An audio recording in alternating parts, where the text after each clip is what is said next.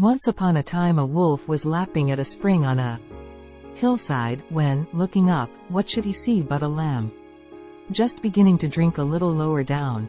"There's my supper," thought he, "if only I can find some excuse to seize it."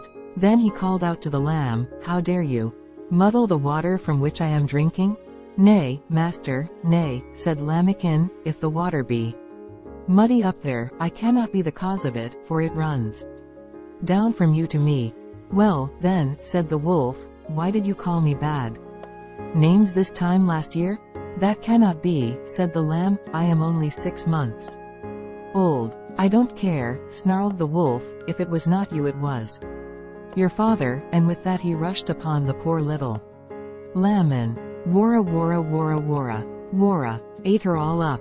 But before she died she gasped out, "Any excuse will serve a tyrant."